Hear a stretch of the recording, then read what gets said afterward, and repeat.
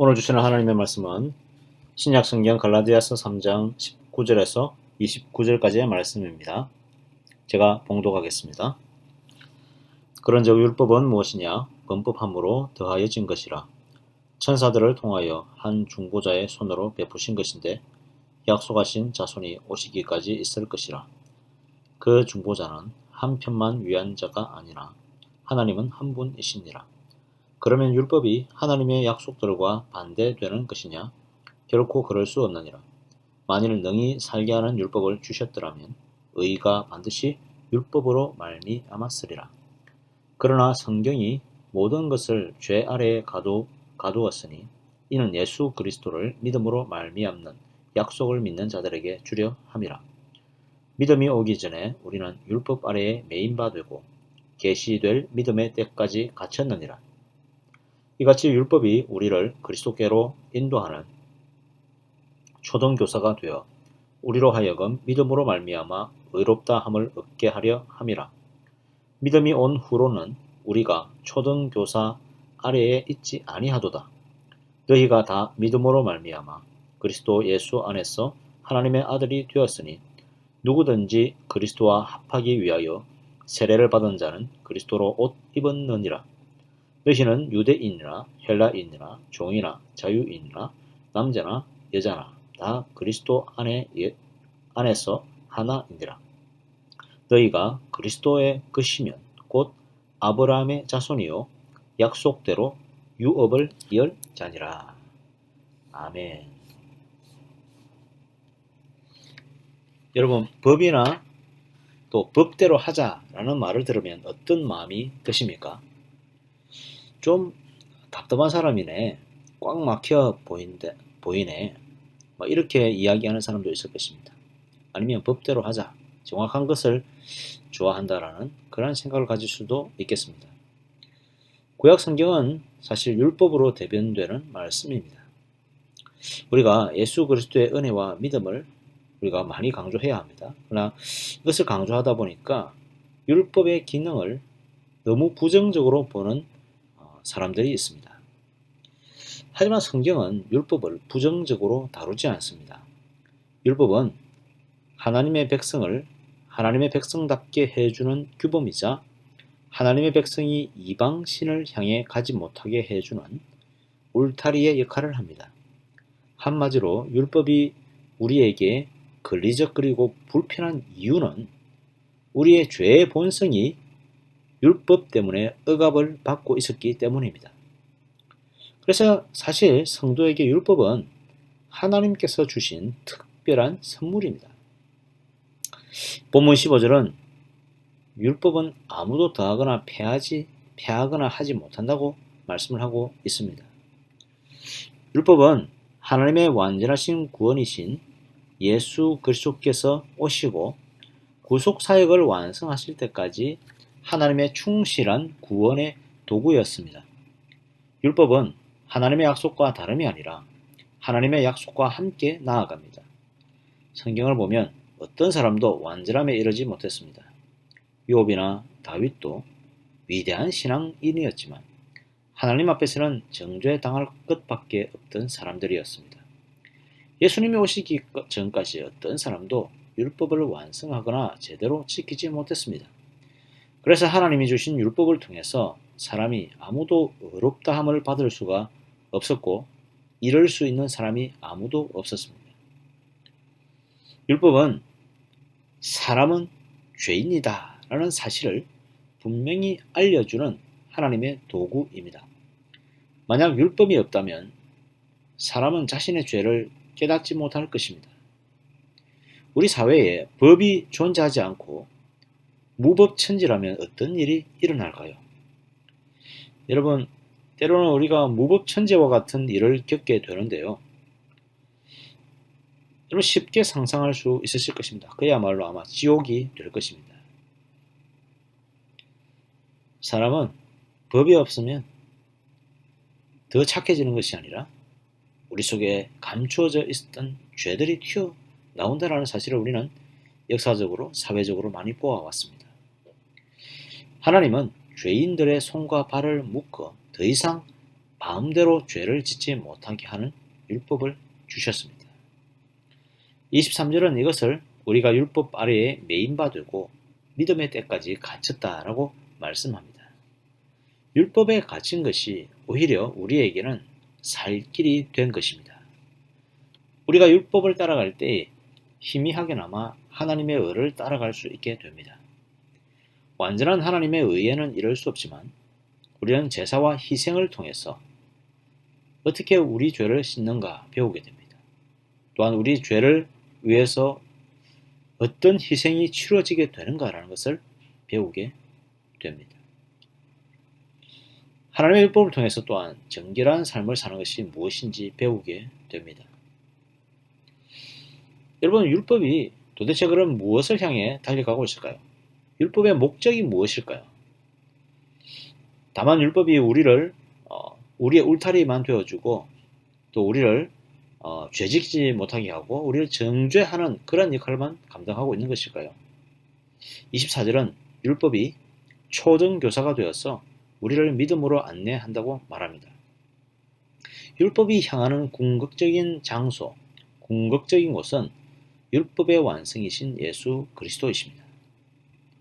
율법의 완성이신 그리스도가 구원의 길이다라는 사실을 율법이 가르쳐주고 있는 것입니다.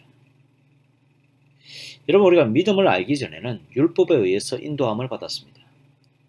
율법은 이것은 해라, 저것은 하지 마라 이렇게 가르쳐주는 것입니다. 왜 가르쳐줍니까? 깨닫지 못하고 알지 못하니까 좀 강한 방법으로 해라 마라 하는 것입니다. 우리가 자녀를 한번 양육할 때 한번 생각해 보십시오. 자녀가 자랄 때 우리는 구체적으로 할 일과 하지 말 일을 지시합니다. 만약 자녀가 위험한 일을 할 때는 어떻게 합니까? 혼내기도 합니다. 위험한 일을 반복할 때는 여러분 어떻게 합니까? 때로는 징계를 내리기도 하죠.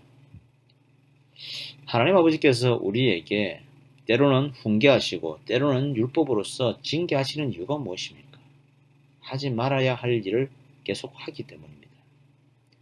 그 하지 말아야 할 일 중에는 우리의 죽음을 초래하는 더 이상 영적으로 일어설 수 없는 심각한 범죄들도 있다는 것입니다. 그럴 때는 하나님께서 징계하시는 때가 다가오지요. 이것이 하나님의 사랑입니다. 사실은.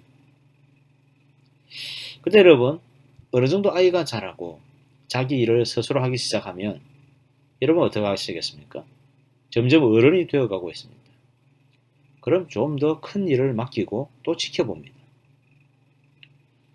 아이가 더 잘 자라서 부모의 마음에 합당하게 그렇게 자라나고 있다면 나중에는 인생의 멘토가 되고 인생의 의미를 가르쳐주고 삶의 방향이 어느 것이 더 바른가라는 것을 나누면서 성인으로 인정해 줄 날이 아마 올 것입니다. 하나님께서 율법을 통해 우리를 종처럼 어린 아이처럼 이제 다루셨다면 이제 예수님을 믿는 믿음을 통해서는 자녀처럼 어른처럼 대우하시기를 원합니다. 26절을 보시면 우리가 그리스도를 믿음으로 예수 안에서 하나님의 아들이 되었다고 합니다. 종에서 아들로 신분이 변화합니다. 27절을 보면 세례를 통해서 종의 옷을 던지고 그리스도라는 새 옷을 입었다고 합니다. 아들로 태어났다고 해서 여러분 신분이 바뀐 것이죠. 근데 세례를 통해서 그리스도라는 새 옷을 입었다라고 하는 것은 신분의 변화와 함께 그가 성숙해졌다라고 말하고 있는 것입니다.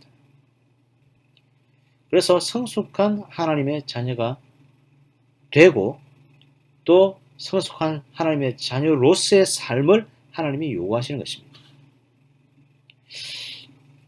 또 한 가지는 율법의 완성인 믿음이 더 이상 이스라엘 백성만을 위한 것이 아니다라는 것입니다.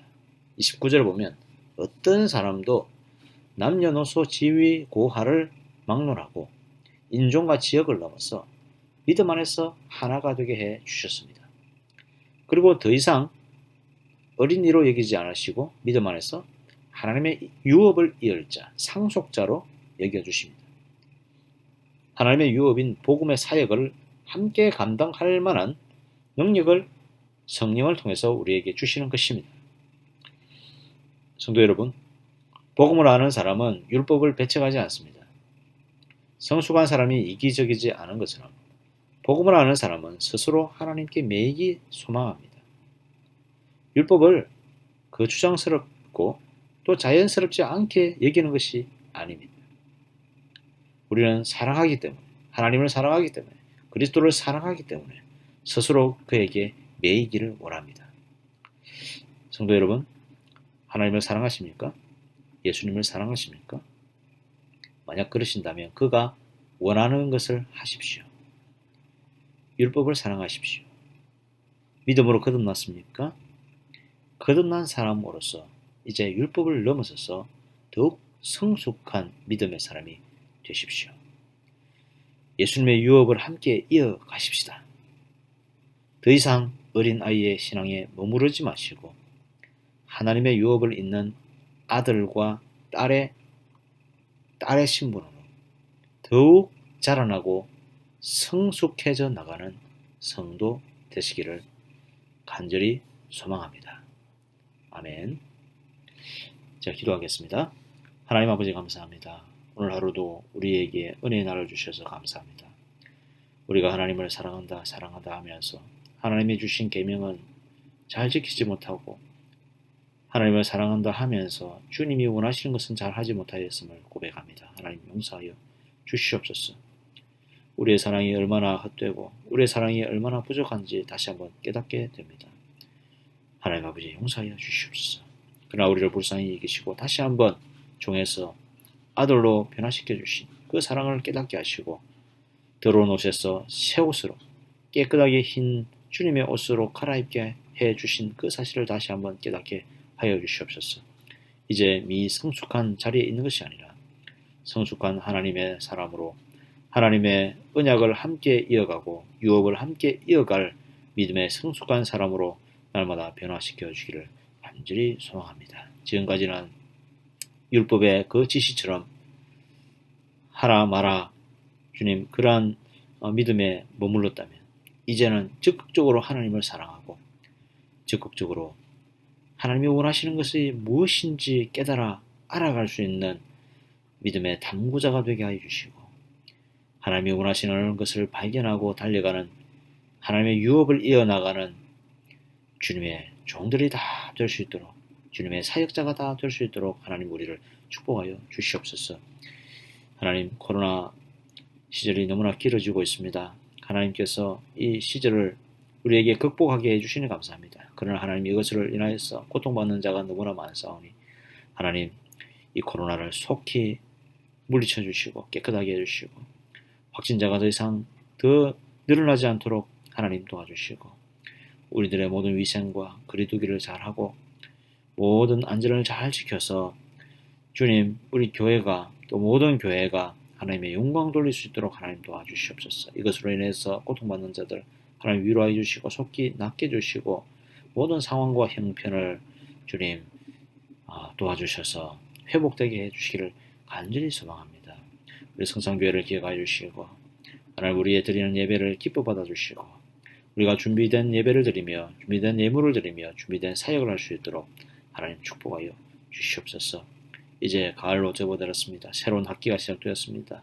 이제 한 학년씩 진급하는 우리 학생들을 주님 기억하여 주시고 우리 다음 세대가 무엇보다도 믿음의 자녀 되게 하시고 말씀의 자녀 되게 하시고 기도의 자녀가 되게 해 주시옵소서. 이들을 통하여서 이들이 정말 하나님의 꿈을 꾸고 비전을 꿈꾸며 준비하며 앞으로 이 세상 가운데 빛과 소금의 역할을 감당하며 다니엘과 요셉과 같이 하나님 앞에 소중하게 쓰임받는 우리 다음 세대 될 수 있도록 축복하여 주시옵소서. 우리 모든 성도들의 가정을 지키시며 이들의 직장과 이들의 사업과 이들의 가정을 지키시고 이들의 모든 가정들이 다 평안할 수 있도록 하나님 도와주시옵소서. 우리들의 기도 제목이 있습니다. 하나님 각 가정마다 하나님께 간구하는 기도 제목을 응답하여 주시기를 간절히 소망합니다. 하나님 수술로 몸이 지금 회복되고 있는 우리 성도들이 있습니다. 하나님께서 이들의 아픔을 함께 아파해 주시고 이들이 속히 회복될 수 있도록 하나님 도와주시옵소서. 하나님 우리 교회를 통하여서 선교의 사역이 널리 전파되게 하시고 복음의 사역을 이 밴쿠버지교에서 잘 감당할 수 있도록 하나님 도와 주시옵소서. 예수 그리스도의 이름으로 기도드립니다. 아멘. 다 함께 주기도문으로 새벽 기도회를 마치겠습니다. 하늘에 계신 우리 아버지여, 이름이 거룩히 여김을 받으시오며 나라가 임하시오며 뜻이 하늘에서 이루어진 것 같이 땅에서도 이루어지이다. 오늘날 우리에게 일용할 양식을 주옵시고 우리가 우리에게 죄 지은 자를 사하여 준 것 같이 우리 죄를 사하여 주옵시고 우리를 시험에 들게 하지 마옵시고 다만 악에서 구하옵소서. 대개 나라와 권세와 영광이 아버지께 영원히 싸움나이다. 아멘.